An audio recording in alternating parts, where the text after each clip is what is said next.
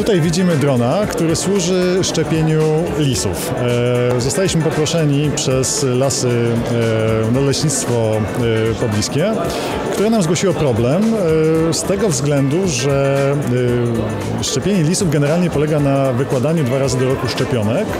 Na masową skalę robi się to z samolotów, z nalotu lotniczego, ale są takie miejsca, gdzie latać nie można, nie opłaca się, lub po prostu nie ma to sensu jakiegoś logicznego. I w tych miejscach dotychczas ludzie po prostu wykładali te szczepionki ręcznie. Szczepionki mają jedną zasadniczą wadę.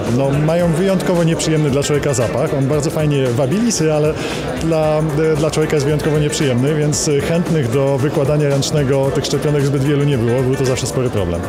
I tutaj, wychodząc temu zapotrzebowaniu, przygotowywaliśmy taki system do dystrybucji szczepionek.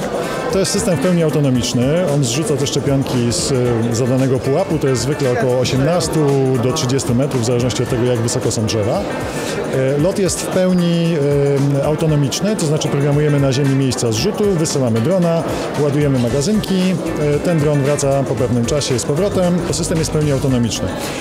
Jego można podwiesić pod dowolnego drona, który ma kontroler lotu zgodny z PX4. To jest taki pewien standard, który w tej chwili jest ogólny i komercyjny i w rozwiązaniach komercyjnych i w rozwiązaniach hobbystycznych. W związku z czym można to zintegrować praktycznie z każdym wielowiernikowcem. Co więcej, ponieważ to jest wykonane w technologii druku 3D, więc możemy to skalować. W tej chwili ta wersja, którą tutaj widać, zabiera jednorazowo 40 szczepionek. To jest według wytycznych nadleśnictwa, pozwala na rozłożenie szczepionek na około 2 km². Ale można to oczywiście zwiększyć bez kłopotu. Logika zostaje dokładnie ta sama. System rejestruje miejsca zrzutu i sprawdza, czy faktycznie ten zrzut miał miejsce, bo czasem się te szczepionki mogą skleić. I potem po wylądowaniu za pomocą smartfona, albo tabletu, albo komputera przez Wi-Fi można ściągnąć pełne informacje, czyli pełny plan lotu, miejsca, w których było to zrzucone i od razu wizualizacja na przykład na Google Earth czy na innych aplikacjach wisowych. Liczymy na to, że właśnie przy okazji takich targów zainteresujemy pozostałe nadleśnictwa. Jest tutaj jeszcze troszeczkę problemów organizacyjnych, ponieważ to rozwiązanie ono jest gotowe od strony technicznej, teraz jeszcze trzeba to od strony prawnej przeprowadzić, ponieważ latanie takim dronem wymaga pewnych uprawnień. Nawet jeżeli on lata sam, to musi być operator, który nadzoruje lot.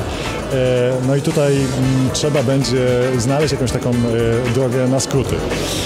Natomiast z tych kontaktów, które mamy ze specjalistami z nadleśnictwa, z inspekcji sanitarnej, wynika, że jest to do przeprowadzenia, jest to technicznie możliwe, tylko kwestia po prostu legislacyjna.